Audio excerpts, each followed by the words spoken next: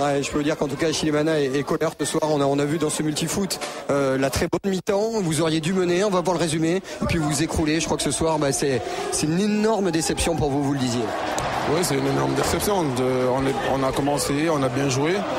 On a la chance de vite marquer sur une belle action. Et en deuxième mi-temps, on s'est relâché.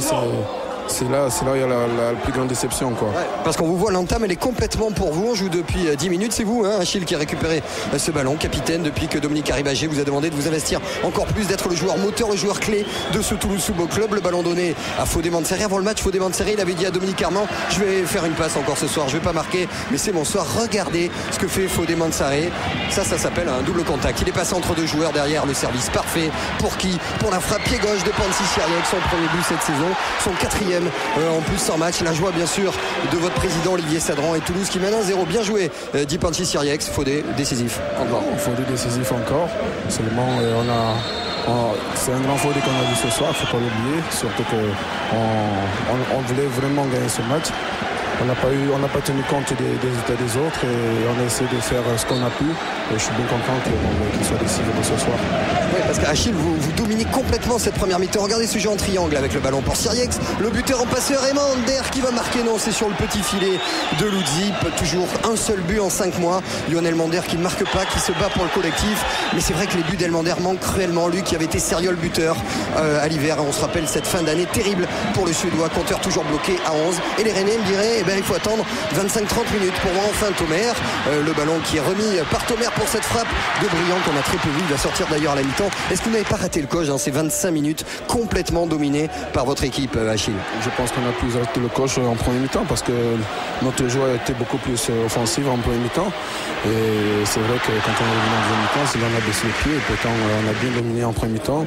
Et comme le coach le dit souvent, il faut concrétiser les occasions et il faut vraiment faire mal à l'adversaire pour pas qu'il revienne, quoi. Ouais, on a vu la frappe de Thomer, ça fait 2 occasions partout et ce double changement, les rentrées et de Morera, tiens, un ancien partenaire du Toulouse Football Club, et d'Étienne Didot, demandé bien sûr par les supporters du stade de la Route de Lorient pour ce dernier match à domicile.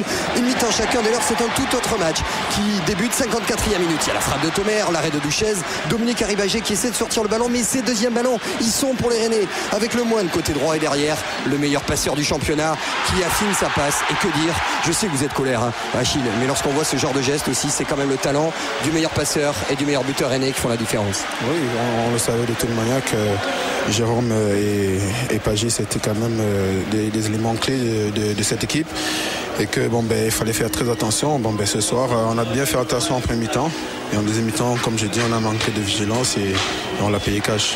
Ouais, ce n'est pas une match d'air, c'est un but pagistral, 10e but de Pagis, 10e passe également pour le roi, les hommes forts de ce stade rennais qui joue dès lors tranquillement avec Morera. Regardez ce jeu avec Didot, l'extérieur du pied de Leroy au deuxième poteau, il y a la volée de Thomer et là c'est Fofana, l'homme qui a marqué ce but qui permettait d'entretenir l'espoir face au Paris Saint-Germain et qui sauve sur sa ligne. Dès lors vous prenez l'autre partout, Achille Emana. Oui, on a commencé à reculer, ce qu'on n'a pas fait en premier mi-temps, ce qu'on n'a pas fait depuis un bon bout de temps, et je pense que c'est là où on a un peu baissé de rythme parce que quand on recule avec des joueurs de qualité comme Rennes, on le voit très bien sur des coups de pied arrêtés. Donc on a ce manque de vigilance et on prend ce but et ça fait encore plus mal.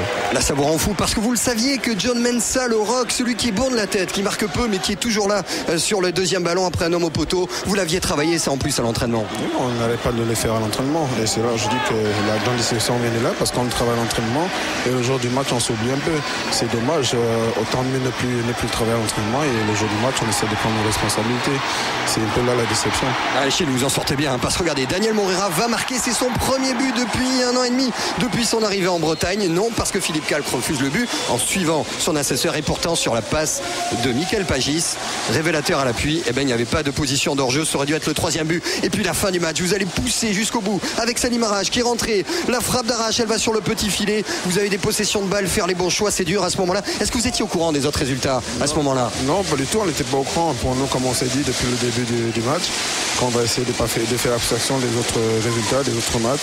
Et c'est ce qu'on essaie de faire surtout là. Et c'est ce que je dis, on a beaucoup donné, mais aujourd'hui, je pense que ça n'a pas été payant. Et surtout qu'on a eu des occasions et comme je dis, c'est regrettable. Ouais, ça n'a pas été payant. Regardez cette dernière frappe des bandeaux. Tous les Toulousains sont à terre. C'est une balle d'égalisation. Ça fait 2-1. Victoire rennaise. La déception de la part du président toulousain. Et on est